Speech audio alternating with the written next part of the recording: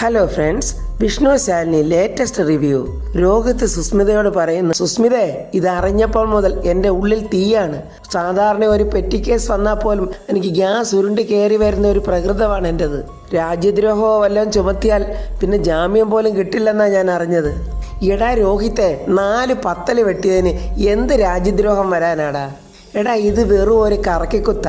ഇപ്പോൾ ആരോ വന്ന് നിൽക്കുന്നത് നിന്റെ നേരെയാണെങ്കിൽ അടുത്ത തവണ അത് കൂട്ടത്തിൽ നിൽക്കുന്നവരുടെ നേരെ ആക്കണം. അത് നിന്റെ മിടുക്ക്. അതിന് കൂട്ടത്തിൽ ആര്? എല്ലാം ഈ രോഹിത് മാത്രമാ. എല്ലാ പേപ്പറുകളിലും രോഹിത് മാത്രമാണ് ഒപ്പിട്ടിരിക്കുന്നത്. ചൂണ്ടിക്കാണിച്ച് മുന്നിൽ നിർത്തിയിരിക്കുന്ന മറ്റാരെയുമല്ല, എന്നെ മാത്രമാ. എടാ, അതിപ്പോൾ അവരുടെ മിടുക്ക്. സുസ്മിതയെ കുത്തി നോവിക്കാതെ ഞാൻ ആകെ അകപ്പെട്ട് നിൽക്കുക. എന്നെ ഒന്ന് രക്ഷിക്ക്. ഏതെങ്കിലും രീതിയിൽ എന്നെ ഇതിൽ നിന്നൊന്ന് ഒഴിവാക്കി തരണം. മുകളിൽ നിന്ന് ചന്ദ്രബോസ് ഇതൊക്കെ കേൾക്കുന്നുണ്ടായിരുന്നു.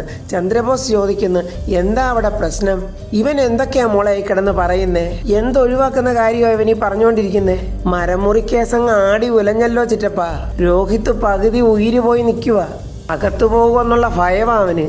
ചന്ദ്രബോസ് ഉടനെ അത് കേട്ടിട്ട് ചിരിച്ചിട്ട് പറയുക, ആഹാ, അത്രേ ഉള്ളോ കാര്യം? എടാ, ഞാൻ കരുതി ഏതോ മലമറിക്കുന്ന കാര്യമായിരിക്കുമെന്ന്. എടാ മോനെ, ഇത് വലിയ കാര്യമുള്ള കേസൊന്നും അല്ല. ഒരന്വേഷണം ഉണ്ടാവൂ എന്നുള്ള കാര്യം ഉറപ്പാ. അതിന് നീ അകത്തു പോകേണ്ട കേസൊന്നും അല്ല. പക്ഷേ ഇതിന് ഈട് കൊടുത്ത സ്ഥലമുണ്ടല്ലോ, അതങ്ങ് പോയേക്കും. രോഹിത് ആകെ ഭയന്നിട്ട് ചോദിക്കുക, അയ്യോ, സത്യമ്മയുടെ വീട് പോകുമോ? എടാ, സത്യമ്മയുടെ വീട് പോയാൽ നിനക്കെന്താടാ? എടാ, നിനക്കായിട്ട് അവിടെ ഒരു പുണ്ണാക്ക് പോലും ഇല്ലാത്ത സ്ഥിതിക്ക് അത് ഇടിച്ചു വാരി അതിൻ്റെ അസ്ഥിവാരം തോണ്ടുന്നത് കണ്ട് ആനന്ദിക്ക് വലിയോടാ വേണ്ടത്. അയ്യോ, അത് പറ്റില്ല. ഒരുപാട് സങ്കടങ്ങൾ എനിക്ക് തീർത്തു തന്ന വീടാ അത്. ഞാനൊരു അനാഥനല്ലെന്ന് ഒരിക്കൽ എനിക്ക് തെളിയിച്ചു തന്ന വീടാ അത്. അത് ഇടിച്ചു പൊളിച്ച് കളയേണ്ടി വരുമെന്ന് കേൾക്കുമ്പോൾ ചങ്കിനകത്തുനിന്ന് തീയാണ് വരുന്നത്. അയ്യോ, അത് തടയാൻ എന്തെങ്കിലും ഒരു മാർഗമുണ്ടോ? വേണമെങ്കിൽ ഞാൻ നിങ്ങളുടെ കാല് പിടിക്കാം. രോഹിത് ഇങ്ങനെ പറയുന്നത് സുസ്മിതയ്ക്കും ചന്ദ്രബോസിനും ഒട്ടും ഇഷ്ടപ്പെടുന്നില്ല. സുസ്മിത പറയുക, കണ്ടോ ചിറ്റപ്പ, രോഹിത്തിന്റെ ഉള്ളിൽ ഇപ്പോഴും സത്യാമ്മയോടുള്ള ഭക്തിയും ബഹുമാനവും എല്ലാം വളർന്നങ്ങനെ പന്തലിച്ച് നിൽക്കുക. കൂറവിടെയും ചോറിവിടെയും ആണോ? അല്ല, അങ്ങനെ ചിന്തിക്കുമൊന്നും വേണ്ട. ആ വീടിനോട് ഒരു വല്ലാത്ത ബന്ധം എനിക്ക്. ഉടനെ ചന്ദ്രബോസ് പറയാ, എടാ, നീ വിഷമിക്കുമൊന്നും വേണ്ട. എന്നാലേ ആ വീട് നിന്റെ പേരിലങ്ങ് വാങ്ങിച്ചു തന്നാലോ? അന്തം വിട്ട് നോക്കി നിൽക്കുന്ന രോഹിത്തിനെ നോക്കി ചന്ദ്രബോസ് പറയാ, എടാ, സത്യമാ പറയുന്നത്. എടാ, നിന്റെ ഓർമ്മകൾ ഉറങ്ങുന്ന വീടല്ലേ അത്? അത് നിന്റെ പേരിൽ എഴുതി ഒപ്പിട്ട് തരുന്നതിൽ നിനക്ക് എന്തെങ്കിലും ബുദ്ധിമുട്ടുണ്ടോ എന്നാ ഞാൻ ചോദിച്ചത്. അയ്യോ, അതില്ല. ആ വീട് എനിക്ക് അന്യാധീനപ്പെട്ടു പോകരുത്. സുസ്മിതയോടനെ, കണ്ടോ ചിറ്റപ്പ, നമ്മൾ ഉദ്ദേശിച്ച കാര്യം തന്നെ ആ രോഹിത്തിന്റെ ഉള്ളിലും. പക്ഷേ അത് കുറച്ച് വളഞ്ഞ വഴിയിൽ കൂടെ അവതരിപ്പിച്ചുവെന്ന് മാത്രം. എന്നാ പിന്നെ എടാ മോനെ, ഇനി വരാൻ പോകുന്ന കാര്യങ്ങളൊക്കെ ഞാൻ ചുരുക്കി സൂചിപ്പിക്കാം. എടാ, ആ വീടും പറമ്പും സർക്കാർ ജപ്തി ചെയ്താൽ സർക്കാർ തന്നെ അത് ലേലത്തിൽ വെക്കും. അപ്പോഴാ ലേലം നമ്മൾ തന്നെ പിടിക്കും, ഉപേന്ദ്രന്റെ സഹായത്തോടെ തന്നെ. എന്നിട്ട് ഞങ്ങളത് നിന്റെ പേരിലോട്ടങ്ങ് ആക്കിത്തരും.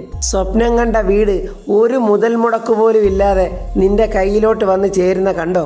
അതാടാ ശുക്രന്റെ ഒരു കളി. അത് ഉച്ചസ്ഥായിൽ നിന്നാലുണ്ടല്ലോ, നീ നിൽക്കുന്നിടം വിഷ്ണുലോകവാ. ചന്ദ്രബോസിന്റെ ഈ വാക്കുകളൊക്കെ കേൾക്കുമ്പോൾ രോഹിത് അങ്ങ് സന്തോഷം കൊണ്ട് മതിമറക്കുവാണ്. സുസ്മിതയോടനെ, എടാ, കോളടിച്ചല്ലോടാ.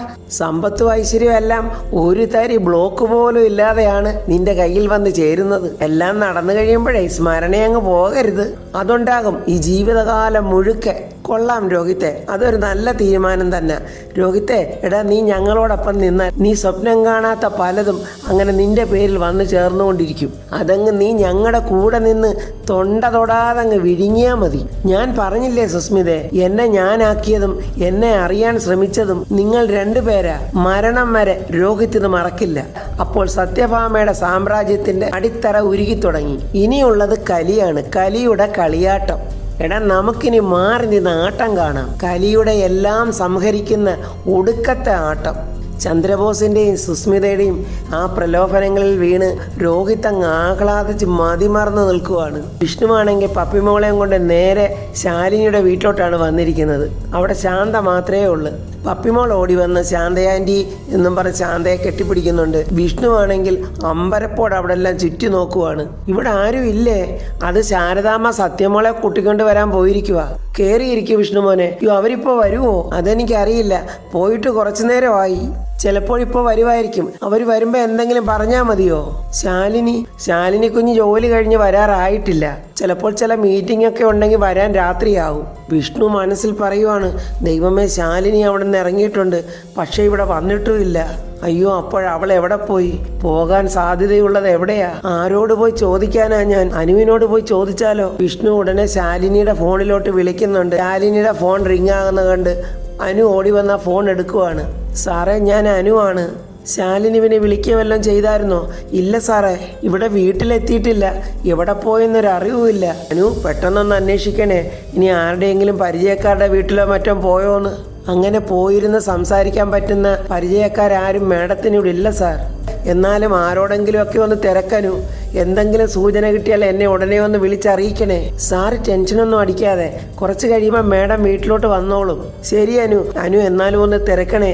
അവിടൊക്കെ അറിയാവുന്നവരോടൊക്കെ ഒന്ന് അന്വേഷിച്ച് നോക്ക്. ഞാനും അന്വേഷിക്കുവാണ്. വിഷ്ണു ഉടനെ ശാന്തയോട് പറയുവാണ്, എനിക്ക് ഉടനെ അത്യാവശ്യമായിട്ട് 2-3 പേരെ ഒന്ന് കാണാനുണ്ട്. പപ്പിമോൾ ഇവിടെ നിന്നോട്ടെ, ഞാൻ തന്നെ വന്ന് വിളിച്ചുകൊണ്ട് പോയിക്കോളാം. അതിനെന്താ, ഞാൻ നോക്കിക്കോളാം. വിഷ്ണുമോൻ പോയിട്ട് വാ. വിഷ്ണു ഉടനെ പപ്പിമോളെ കെട്ടിപ്പിടിച്ചിട്ട് പറയുന്നു, മോളെ, വിഷ്ണു അച്ഛൻ പോയിട്ട് ഉടനെ വരാം. ശാരദാമ്മ സത്യം കൊണ്ട് ഇപ്പോൾ ഉടനെ വരും. സത്യ വന്നു കഴിഞ്ഞാൽ പിന്നെ മോക്ക് സത്യയോടൊപ്പം കളിക്കാമല്ലോ. അതിനെന്താ, വിഷ്ണു അച്ഛൻ വിഷമിക്കേണ്ട. വിഷ്ണു അച്ഛൻ പോയിട്ട് വാ, ഞാനിവിടെ നിന്നോളാം. വിഷ്ണു സങ്കടത്തോടെ പപ്പിമോക്ക് ഉമ്മ കൊടുത്തിട്ട് പറയുന്നു, വിഷ്ണു അച്ഛൻ പോയിട്ട് വരാം കേട്ടോ എന്നും പറഞ്ഞ് വിഷ്ണു അവിടുന്ന് പോവുകയാണ്. ശാന്ത ആൻറ്റി, മോക്ക് കുടിക്കാൻ ചായ തരട്ടെ? വേണ്ട ശാന്ത ആൻറ്റി, സത്യ ഇപ്പോൾ വരുമല്ലോ. സത്യ വന്നിട്ട് ഞങ്ങൾ ഒരുമിച്ച് കുടിച്ചോളാം. എന്നാലേ മോള് കണ്ട് അവിടെ ഇരിക്കുക. ശാന്ത ആൻറ്റിക്ക് ഹോട്ടലിൽ കുറച്ച് പണിയുണ്ട് എന്നിങ്ങനെ അവർ പറഞ്ഞുകൊണ്ട് നിൽക്കുമ്പോഴേ ഓട്ടോയിൽ ശാരദാമ്മയും സത്യമോളും അങ്ങോട്ട് വരികയാണ്. സത്യ പപ്പിയെ കണ്ടതും ഓടി വന്ന കെട്ടിപ്പിടിച്ച് ഉമ്മ കൊടുക്കുവാണ്. ശാരദാമ്മ പപ്പിമോളെ കണ്ട സന്തോഷത്തോടെ, ആഹാ, ഇത് എപ്പോഴെത്തി? മോളെ ആരാ കൊണ്ടുവന്നേ? അത് വിഷ്ണു അച്ഛൻ. എന്നിട്ട് വിഷ്ണുവോടെ ആരെയോ കാണാനുണ്ടെന്ന് പറഞ്ഞാണ്ട് ഇപ്പോഴങ്ങോട്ട് പോയതേ ഉള്ളൂ ശാരദാമ്മയ്ക്കൊരു അങ്കലാപ്പുണ്ട്. എന്തെങ്കിലും പ്രശ്നം ഉണ്ടാക്കിയിട്ട് വന്നതാണോ? മോളെ, നിങ്ങൾ വീട്ടിൽ നിന്നാണോ വന്നേ? അതെ ശാരദാമ്മേ, ഞങ്ങൾ വീട്ടിൽ പറഞ്ഞിട്ട് തന്നെയാ വന്നത്. എന്നാൽ നിങ്ങൾ രണ്ടുപേരും അകത്ത് പോയിരുന്ന് കളിച്ചോ? ശാരദാമ്മയുടെ ഉള്ളിലൊരു പേടിയുണ്ട്. എന്തിനായിരിക്കും വിഷ്ണു വന്നത്? പപ്പിയം കൊണ്ട് ഇങ്ങനെ വരാത്തതാണല്ലോ. ശാന്ത, നിന്നോട് എന്തെങ്കിലും പറഞ്ഞോ? ഒന്നും പറഞ്ഞില്ല ശാരദാമ്മേ. ഈശ്വര, കുഴപ്പങ്ങളൊന്നും ഉണ്ടാകാതിരുന്നാൽ മതിയായിരുന്നു. വിഷ്ണുവാണെങ്കിൽ പതറിയടിച്ച് ബീച്ചിൻ്റെ അടുത്തോട്ട് വണ്ടി ഓടിച്ച് പോവുകയാണ്. അവിടെ കമലൻ നിൽപ്പുണ്ട്. വിഷ്ണുവിനെ കണ്ടതും കമലൻ ചോദിക്കുന്നു, എന്താ ആശാനെ, ഒരു വല്ലാത്ത പന്തികേട് തോന്നുന്നുണ്ടല്ലോ?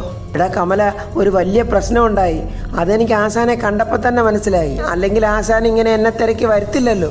എടാ, എൻ്റെ നാവാടാ ചതിച്ചത്. അതാണ് ഇപ്പൊ സംഭവിച്ചത്. ആശാൻ അതിന് കാര്യം എന്താന്ന് പറഞ്ഞില്ലല്ലോ. ചില കാര്യങ്ങൾ സംസാരിക്കാൻ വേണ്ടി ഞാൻ ശാലിനിയുടെ അടുത്ത് പോയിരുന്നു. പക്ഷെ സംസാരിച്ച് വന്നപ്പോഴേക്കും എല്ലാം എൻ്റെ കയ്യിൽ നിന്ന് കൈവിട്ടു പോയി. ഒരു വട്ടം കൈവിട്ടു പോയാൽ എല്ലാം പോയി. പിന്നെ അതിൽ നിന്ന് കരകയറാനുള്ള നെട്ടോട്ടവാ. എന്നിട്ട് ആശാനെ, ഇപ്പൊ ചേട്ടത്തിയമ്മയുടെ അവസ്ഥ എന്താ? ആശാനെ, കരയാതെ ഞാൻ ചോദിച്ചതിന് മറുപടി താ. എൻ്റെ ഏട്ടത്തിയമ്മ ഇപ്പൊ എവിടെ ഉണ്ട്? എനിക്കറിയില്ലടാ. ആശാനെ, എന്തോ ഈ പറയുന്നേ? അറിയില്ലെന്നോ? എടാ, എനിക്ക് അബദ്ധം പറ്റിപ്പോയി. ഒരു കാര്യമില്ലാതെ എന്തൊക്കെയോ ഞാൻ പറഞ്ഞ് അവളെ കുറ്റപ്പെടുത്തി. അവൾ ഓഫീസിൽ രാജിക്കത്ത് എഴുതി കൊടുത്ത് എങ്ങോട്ടെന്ന് അറിയില്ലടാ. അവൾ എങ്ങോട്ടോ പോയി. എടാ, അവൾ ഫോൺ പോലും എടുത്തിട്ടില്ലടാ. എൻ്റെ ശാലിനെ ഇനി ഞാൻ എവിടെ പോയിട്ടാടാ നോക്കുന്നത്? എൻ്റെ ആശാനെ, ഏട്ടത്തിയമ്മയെ പോലെ ഒരാൾ രാജിക്കത്തും കൊടുത്തിട്ട് അവിടുന്ന് ഫോണും എടുക്കാതെ പോയിട്ടുണ്ടെങ്കിൽ അത് അപകടത്തിലേട്ട് തന്നെയാ. എടാ കമല, അങ്ങനെ പറയല്ലേടാ. അല്ലാതെ പിന്നെ എന്തിനാ ആശാനെ? അല്ലാതെ പിന്നെ എന്തിനിറങ്ങണം? ആശാനപ്പോഴെ എൻ്റെ ഏട്ടത്തിയമ്മ ഒരുപാട് സങ്കടപ്പെടുത്തി കാണുമല്ലോ. ഇല്ലെങ്കിൽ ഏട്ടത്തിയമ്മയെ പോലെ ഒരാൾ ഇങ്ങനെ ഒരിക്കലും ചിന്തിക്കത്തില്ല. എടാ കമല, നീ എന്നെ കുത്തി നോവിക്കാതെടാ. നമുക്ക് എവിടെയെങ്കിലും പോയി അവളെ ഒന്ന് കണ്ടുപിടിക്കാം. എടാ, എൻ്റെ ശാലിനി ഇല്ലെങ്കിൽ പിന്നെ ഞാനില്ലടാ.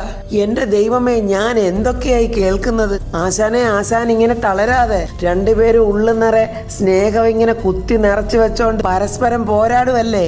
ഒരു വാക്ക് പിഴച്ചാൽ തീർന്ന ആശാനെയല്ല. പിന്നിങ്ങനെ പരസ്പരം തോൽപ്പിക്കാനുള്ള ഓട്ടവാ. ഇതിന്റെയൊക്കെ പിന്നിൽ ഉരുകിത്തീരുന്നതോ ആത്മാർത്ഥമായി സ്നേഹിക്കുന്ന ഞങ്ങളെ പോലുള്ളവരും.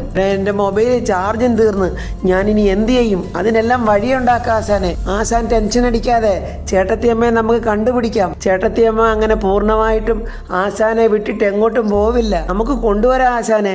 എവിടെ ഉണ്ടെങ്കിലും നമുക്ക് കൊണ്ടുവരാം. ശാലിനിയാണെങ്കിൽ സമനില തെറ്റിയവളെ പോലെ, ഒരു പ്രാന്തിയെ പോലെ എന്തൊക്കെയോ ചിന്തിച്ചും സ്വയം പുറത്തുകൊണ്ടും ആർത്തിരമ്പി വരുന്ന കടൽത്തിരകളെ നോക്കി അങ്ങോട്ട് നടന്നു പോയിക്കൊണ്ടിരിക്കുകയാണ്. മറഞ്ഞു പോകുന്ന സൂര്യനെ കാണാൻ ആളുകൾക്ക് കൗതുകമാണ്. പക്ഷേ അതൊരു നഷ്ടപ്പെടലാണെന്ന് അറിയുന്നത് സൂര്യനല്ലേ അറിയൂ. നാളെ ഉദിക്കുകയോ ഉദിക്കാതിരിക്കുകയോ ചെയ്യുന്നതല്ല വിഷയം. അസ്തമയ സമയത്തുള്ള വിങ്ങൽ അത് അനുഭവിച്ചറിയുന്നവർക്കേ അറിയാൻ പറ്റൂ. മരണവേദനയേക്കാൾ വേദന മരണം തൊട്ടു മുന്നിൽ നിൽക്കുമ്പോൾ അത് അനുഭവിക്കുന്നവർക്കാണ്. എങ്കിലും ജീവിതം കൈപ്പിടിയിൽ ഒതുങ്ങാത്തവർക്ക് അത് എത്തിപ്പെടുന്നത് മരണത്തെ മുഖാമുഖം കാണാനാണ്. ഈ ഒരു അവസ്ഥയിൽ തന്നെയാണ് ഞാൻ എൻ്റെ അമ്മയെയും അനിയത്തിയെയും എൻ്റെ മോളെയും വിളിച്ചിട്ടില്ല. എൻ്റെ ജീവിതം എൻ്റെ കയ്യിൽ നിന്നും പൂർണ്ണമായും വിട്ടു. ആഗ്രഹിക്കാത്തത് മനസ്സിലുണ്ടാകുമ്പോഴാണല്ലോ മനസ്സ് ജീവിതത്തിൽ നിന്നും ഇങ്ങനെ ഒളിച്ചോടാൻ ആഗ്രഹിക്കുന്നത്. പ്രതീക്ഷകളില്ലെങ്കിൽ പിന്നെ എന്ത് ജീവിതം? സ്നേഹിക്കുന്നവരുടെ കയ്യിൽ നിന്നും മുഖത്തൊരടി കിട്ടിയാൽ പോലും നമ്മളത് സഹിക്കും. പക്ഷേ ഹൃദയത്തെ തകർക്കുന്ന പോലുള്ള വാക്കുകൾ കേൾക്കുമ്പോൾ നമ്മൾ അടിയറ പറഞ്ഞു പോകും. ഇനി വയ്യ, സ്നേഹം പ്രകടിപ്പിക്കാൻ പോലും കഴിയാൻ വയ്യെങ്കിൽ പിന്നെ എന്തിനാ നമ്മൾ പിന്നെയും അത് ആഗ്രഹിക്കുന്നത്? സൂര്യൻ മറഞ്ഞാൽ ഇടിച്ച് നിലവിളിക്കാനോ വാവിട്ട് കരയാനോ ആരുമില്ല. കാരണം ഇതിലും ശോഭയോടെ സൂര്യൻ ദിക്കുമാറി ഉദിക്കുമെന്ന് എല്ലാവർക്കും അറിയാം. പക്ഷേ മനുഷ്യൻ്റെ കാര്യം അങ്ങനെയല്ലല്ലോ.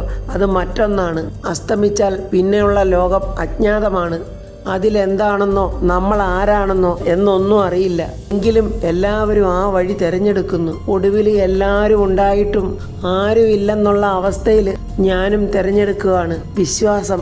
അത് നഷ്ടപ്പെടുമ്പോൾ ഇതുപോലെ ഓരോ ജീവനും നഷ്ടപ്പെടും. എൻ്റെ വിഷ്ണുവേട്ടൻ്റെ മനസ്സിൽ എനിക്ക് സ്ഥാനമില്ലെങ്കിൽ പിന്നെ എനിക്ക് എന്തിനാ ഈ ലോകം? ശാലിനി വിങ്ങി പൊട്ടി തകർന്നു പോയി.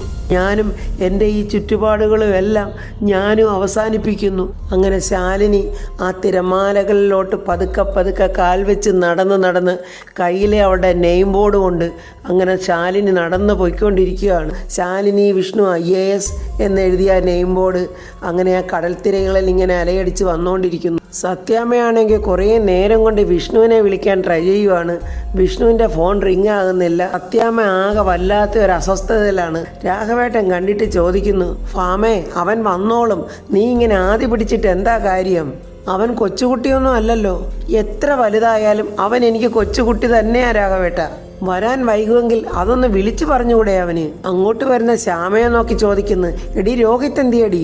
ഇതുവരെ വന്നിട്ടില്ല സത്യാമ്മേ. രാഘവേട്ട എനിക്ക് എന്തോ ഒരു വല്ലാത്ത അസ്വസ്ഥത. എൻ്റെ വലത് കണ്ണ് വല്ലാതെ തുടിക്കുന്നുണ്ട്. എന്തോ ഒരു വലിയ ആപത്ത് വരാൻ പോകുന്ന പോലെ. വിഷ്ണു ആണെങ്കിൽ വന്നിട്ടുമില്ല. നീ ഒന്ന് സമാധാനമായിട്ടിരിക്കും ഫാമേ, ചുമ്മാതെ മറ്റുള്ളവരെയും കൂടെ ആദ്യ പിടിപ്പിക്കാതെ. രാഘവേട്ട ആ കമലനെ വിളിച്ചിട്ട് പോലും കിട്ടുന്നില്ല. മനസ്സിനകത്ത് ആകെ എന്തോ ഒരു അങ്കലാപ്പ്. ശാലിനി വിഷ്ണു IAS എന്ന ആ നെയിം ബോർഡ് കടൽത്തിരകളിൽ ആഞ്ഞടിച്ചിങ്ങനെ വന്നുകൊണ്ടിരിക്കുകയാണ്. ശാലിനിയാണെ അവിടെങ്ങും കാണാനുമില്ല. ആൾക്കാരൊക്കെ കടൽ തീരത്തോട്ട് ഓടുവാണ്. ഏതോ ഒരു പെണ്ണിൻ്റെ ഡെഡ് ബോഡി അടിഞ്ഞിട്ടുണ്ട് എന്നിങ്ങനെ അവർ പറഞ്ഞുകൊണ്ടാണ് ഓടുന്നത്. ആ സമയത്ത് ശാലിനി വിഷ്ണു IAS എന്നുള്ള ആ നെയിം ബോർഡ് കടൽ തിരകളിൽ നിന്നും തീരത്തടിഞ്ഞു കഴിഞ്ഞു. അപ്പോൾ ഫ്രണ്ട്സ്, ആ മരിച്ച പെൺകുട്ടി ആരായിരിക്കും? നമ്മുടെ ശാലിനിയാണോ? ശാലിനി അവിടെ അങ്ങോട്ട് കാണുന്നതുമില്ല. ശാലിനി വിഷ്ണു IAS എന്നുള്ള നെയിം ബോർഡാണ് ആൾക്കാർക്ക് കിട്ടുന്നത്. ഇനി എന്താണ് ഏതാണെന്നുള്ളതൊക്കെ അടുത്ത വീഡിയോയിൽ പറയാം. എൻ്റെ ഈ വീഡിയോ ഇഷ്ടപ്പെട്ടാൽ ലൈക്കും കമൻസും, സബ്സ്ക്രൈബ് ചെയ്യാത്തവർ സബ്സ്ക്രൈബ് ചെയ്യണേ.